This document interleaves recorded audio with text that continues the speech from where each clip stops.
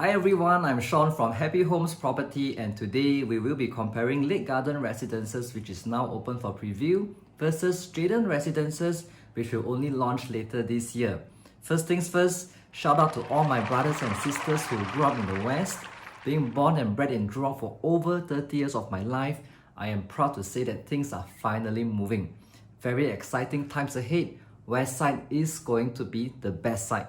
So anyway, back to the topic for today. Should you be going for LakeGarden Residences now, or should you wait for JCube Residences?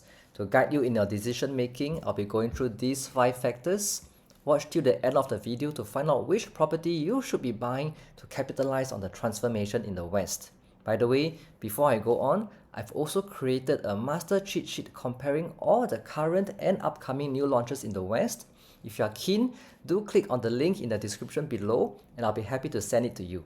First up, let's look at the project attributes of LakeGarden Residences. It is developed by 𝗰𝗵𝗄𝗧𝗔𝗖𝗍, which is a renowned developer with an impressive portfolio of past developments like the Garden Residences and 𝗃𝗵𝗡𝗧𝗀 amongst others. It comes with 306 units with 1-to-1 parking, which is very important, and is expected to TOP in 2027. The LakeGarden Residences consists of 2 19-story towers, together with full condo facilities including a 50 meters lap pool, gym, tennis court, and a sky deck. Notice how the 2 blocks are very far apart and the units are positioned in such a way that majority of the units will get to enjoy relaxing views of the Jurong Lake Gardens. Next, we have JCube Residences, which is a redevelopment of the existing JCube by CapitaLand into a mixed-use development with commercial space on the first story, childcare center on the second story, and a single 40-story residential development above the mall with swimming pool and other communal facilities. It will likely come with 368 units and is expected to TOP in 2027. We don't have the artist impression of JCube Residences yet, but if I were to compare these 2 developments based on whatever info we have, I would say LakeGarden Residences has an edge in terms of the whole look and feel due to its larger land plot, lower density, and more wholesome facilities, whereas JCube Residences feel more like a single block apartment with limited facilities, which is not as homely. Next up, let's look at location and amenities. One thing that I like the most about LakeGarden Residences is that the developer has specially built a side gate over here, which allows future residents to have direct access to Jurong Lake Gardens, which offers you nature, family activities, and cafes right at your doorstep. Other amenities like Taman Jurong Shopping Centre with NTUC and the Taman Jurong Food Centre are just a short walk away. However, one thing that I don't quite like is that the MRT is not exactly near. The Lakeside MRT is actually 15 minutes walk away from LakeGarden Residences. In comparison, if you look at JCube Residences, the Jurong East MRT is directly connected to this development. Other shopping malls like GEM, Westgate, IMM are also just a short walk away. Not to mention the shopping mall directly downstairs, which brings back fond memories of Jurong Entertainment Centre with the ice skating ring where we used to chill after school. If you know, you know. There's also a few coffee shops at the HDB next door.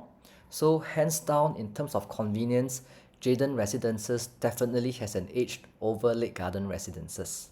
Now, before we look at which development has a higher upside potential, we have to first dive into the transformation that is happening in Jurong. We have been hearing about this second CBD for the longest time, but up until recently, there hasn't been much progress, to be honest. Not to worry, my friends, as this time is for real. URA has finally launched a tender for a master developer site at the Jurong Lake District to propel the development of Singapore's largest business district outside the CBD.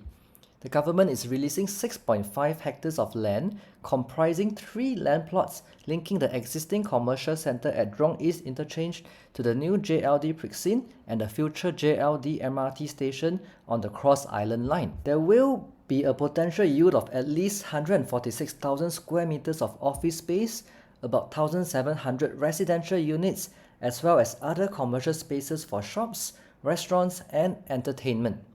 And this is just the beginning of the entire JLD transformation. By 2040 to 2050, JLD will have 100,000 new jobs and 20,000 new homes. Let's not even talk about the Singapore-KL high-speed rail because that is not solely within Singapore's control, but investors can be confident in the government's commitment to develop the Jurong Lake District, just like how the government has transformed the entire Marina Bay area. Given that 𝗂𝗙𝗏 Residences over here is literally next to the upcoming JLS land plots, it will likely get to benefit more from this massive transformation. Having said that, LakeGarden Residences is also in the midst of all the action happening in the West. I reckon it will get to enjoy strong capital growth as well. Next, let's look at which development's pricing makes more sense. Wing-Tai acquired the land for LakeGarden Residences via collective sale of the former Lakeside apartments at an approximate land rate of 12xx PSF per plot ratio. This translates to an estimated break-even price of 20xx PSF. I'm guessing the average launch price will be around 2150 PSF. This works out to be a profit margin of less than 5% for the developer, which is extremely low. Comparing with Lake Grand and Lakeview, which are the next two newest developments in the area, they are already transacting at an average price of around 1750 PSF. This means that LakeGarden Residences will have a price difference of 400 PSF, or about 23% higher versus developments 8 to 10 years older. I do feel that this is slightly on the high side. If you can get something closer to 2000 PSF, then it will make more sense. The good thing is this chart gives me a lot of confidence, as we can see the resale properties in the area have traditionally performed well. Coming to 𝗂𝗙 Residences, because it is a redevelopment of JCube, so we wouldn't know what is the exact break-even price. Given its prime location, I'm guessing the developer will be launching more aggressively at an average price of 2350 PSF. Comparing with J Gateway, which is the next newest development in the area, it is transacting at an average of around 1900 PSF. This means that 𝗂𝗙 Residences will have a price difference of around 450 PSF, or about 24% higher versus a development that is 11 years older. This will also make 𝗂𝗙 Residences the most expensive OCR launch ever. Is it really worth paying this price tag for the JLD hype? Maybe not. To sum up, if you can get LakeGarden Residences closer to 2000 PSF, and if 𝗂𝗙 Residences indeed end up launching at around 2350 PSF, then I feel LakeGarden's entry price is a lot safer. Finally, let's look at which development has a clearer exit strategy. We know that being within 1 km of a top primary school is definitely a boost to your future exit. Unfortunately, both LakeGarden Residences and 𝗂𝗙 Residences are not within 1 km to a top 50 primary school. Not to worry, let's look at what's the supply and demand situation in the area instead. If I were to look at the number of 3-bedroom units for sale within 1 km of Lakeside and Jurong East MRT, there are only 24 and 19 listings respectively.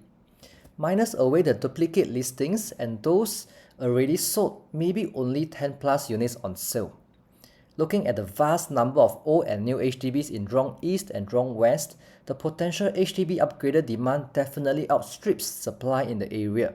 This will make it easier for you to exit in the future if you are looking at a 3-bedroom or bigger unit.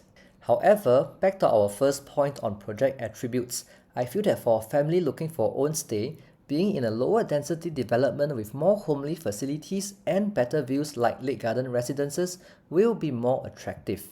Also imagine if you're already working in the JLD, you might prefer your house to be slightly further away from the hustle and bustle instead of right smack in the middle of all the action.